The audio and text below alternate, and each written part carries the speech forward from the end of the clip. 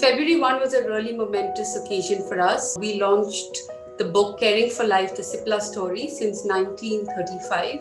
It's a beautiful compendium of the last 85 years of Cipla and a wonderful story of courage, passion, hard work and commitment. This book is actually a tribute to all the present Ciplites, the past Ciplites, the medical fraternity and all those who have helped us build in this journey to becoming a global healthcare company.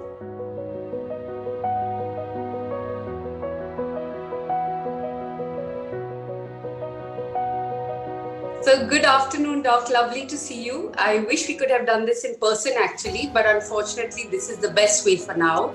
So it's been an incredible 60-year journey at Cipla and we would love to hear, how this journey has been and how did you feel actually on your first day when you joined Cipla? I joined Cipla virtually as an intern because when I joined in 1960, Cipla could not give me a job. As a relative of a director, I had to be approved by the company law board. They took 1.5 years to give me approval. So ultimately, I was actually in the payroll of Cipla around 1961, mid-61. So for 1 year, I worked free. Then for 3 years, the contract was for 1,500 rupees a month. Now that 1,500 was at that time subjected to an 8% provident fund and a 8% or so gratuity fund. So my take-home pay for 3 years was about 800 rupees a month. And that's how I started my career in Cipla. Wow.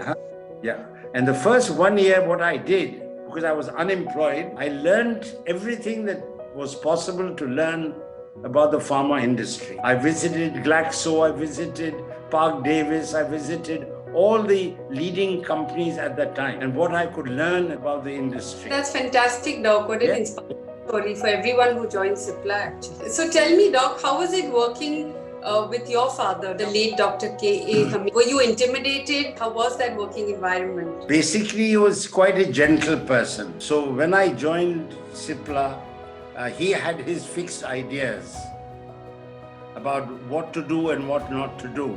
And I developed then a very simple system of working with him. If I had a good idea, I would first go to him before discussing with anybody. And I would say, Dad, here's a very good thing that I'd like you to understand and that you should then bring it up to the company. And that's what we used to do. He would then call the chemists, the managers and say, look, I'd like you to do this. So I rooted all my ideas through him, which at that time worked well. And that's how we developed. He never stopped me from doing what I wanted to. And that's how we came into bulk drugs at a very early stage in Cipla's career. So tell me, Doc, if you had to look back at these 60 years, what would you have done differently actually?